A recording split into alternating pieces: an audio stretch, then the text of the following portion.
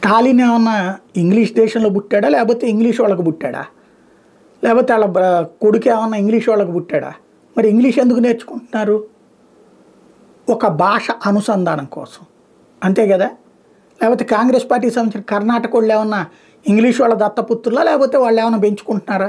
మరి అక్కడ English medium ఎందుకు ఉంటుంది? అనుసంధాన భాష అనే కదా. ఇదే ఇంగ్లీష్తో నువ్వు వెళ్ళి ఉత్తరప్రదేశ్లో మాట్లాడు, కాశీలో మాట్లాడు, లేకపోతే కనుక అక్కడ ఉన్నటువంటి ఏది అయోధ్యలో మాట్లాడు. చదువు రానటువంటి వాళ్ళకి ఇంగ్లీష్ ఎక్కడి నుంచి వస్తుంది? వాళ్ళు అక్కడ హిందీలోనే మాట్లాడతారు.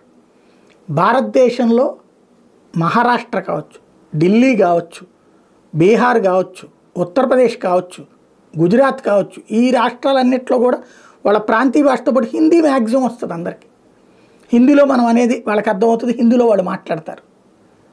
అట్లాంటప్పుడు అంత జనాభా ఉన్నటువంటి ఇక్కడ మన వాళ్ళు ఉద్యోగాలన్నిటికీ విదేశాలకు పోగా, ఇప్పుడు తమిళనాడు వెళ్ళి ఢిల్లీలో పనిచేయట్లేదా? తమిళనాడు వెళ్ళి ఉత్తరప్రదేశ్లో పనిచేయట్లేదా? వాళ్ళందరికీ హిందీ వస్తే మంచిదేగా. పోయి వచ్చేదే ఉంది వీడికి, స్టాలిన్కి నన్ను, లేకపోతే కనుక కర్ణాటకలో ఉన్న కాంగ్రెస్ వాళ్ళు, లేకపోతే మహారాష్ట్రలో ఉన్నటువంటి కాంగ్రెస్ వాళ్ళకి ఎందుకు ఈ రచ్చ చేస్తున్నారు?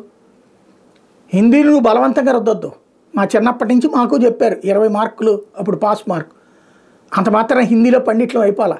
కానీ ఇవాళ మొన్న నార్త్ ఇండియా టూరు లేకపోతే ఢిల్లీ టూర్లు వెళ్ళినప్పుడు బాధ అనిపించింది.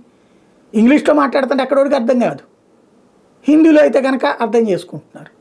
ఇప్పుడు హిందీ బట్లర్ హిందీ మాట్లాడుకోవాల్సి వస్తుంది. అవసరం ఏంటి? చక్కటి నేర్చుకుంటారు కదా జనం. ఎందుకు వీళ్ళందరూ ఈ కడుపు మంట అనేది అర్థం కాదు.